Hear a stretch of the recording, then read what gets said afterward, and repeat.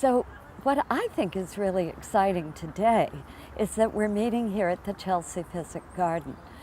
The reason I feel this is that when vanilla was first brought to Europe, it went, of course, to Spain, but was brought as pods. It was not brought as vines. But the gentlemen farmers and botanists of Great Britain at that time were extremely interested in orchid culture. So vines were brought to the Kew Gardens, they were brought to the Physic Gardens, and they grew beautifully in the greenhouses. But of course they couldn't make them bloom. And so there was a great focus on attempting to make the vanilla do what it does. They didn't get it about the fact that this was a tropical product. Orchids need to be pollinated, and they don't pollinate themselves. But it was certainly a great beginning for the introduction of vanilla to Europe at a different level. The tragedy was that it didn't take on the same excitement as it did in the United States as something that every woman would have in her pantry. And this is what's so exciting, because now there's a huge moment for LittlePod. I think one of the things that's very important to me is my connection with the farmers. As far as I'm concerned, the farmers have been a major factor in saving my life. 7 years ago, I was diagnosed with breast cancer that had already metastasized to my liver. I was given the prognosis that they hoped the medication might help some, but to put my affairs in order. I was writing the history book about vanilla. I was assisting farmers all over the world, and my first grandchild was about to be born. It's a pretty dark moment to be told this. However, it was holiday season and I had to keep going, and the farmers were really dependent on my helping them. So I put up something very quickly on the internet so that they would find out. I didn't have to, answer everyone's email about it.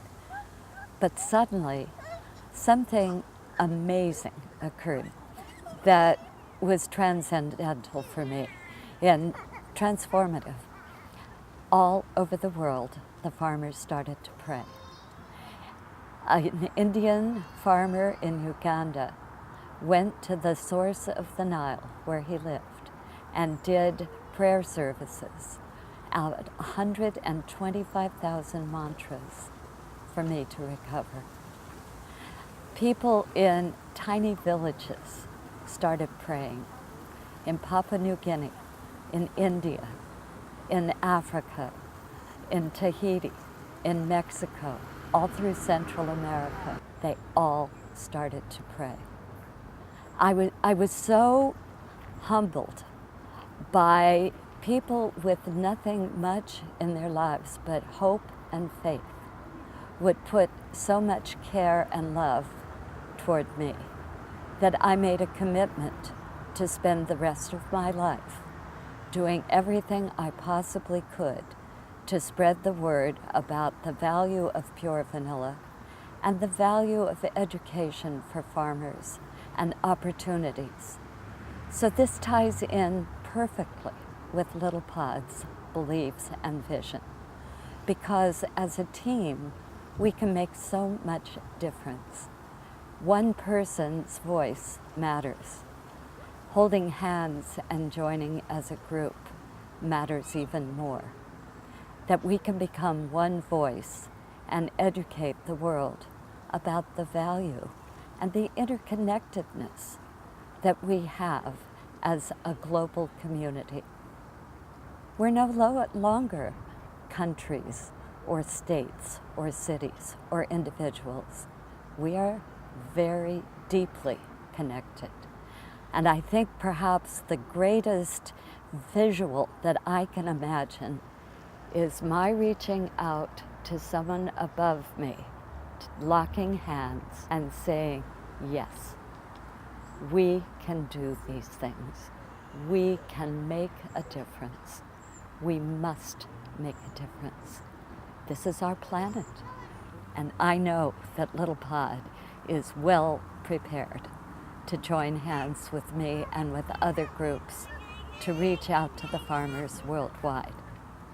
And for anyone who happens to see this video, please be aware that you can make a difference every day in small ways. Buy ethically, buy from socially conscious companies such as ours. Think of how your actions impact the rest of the world.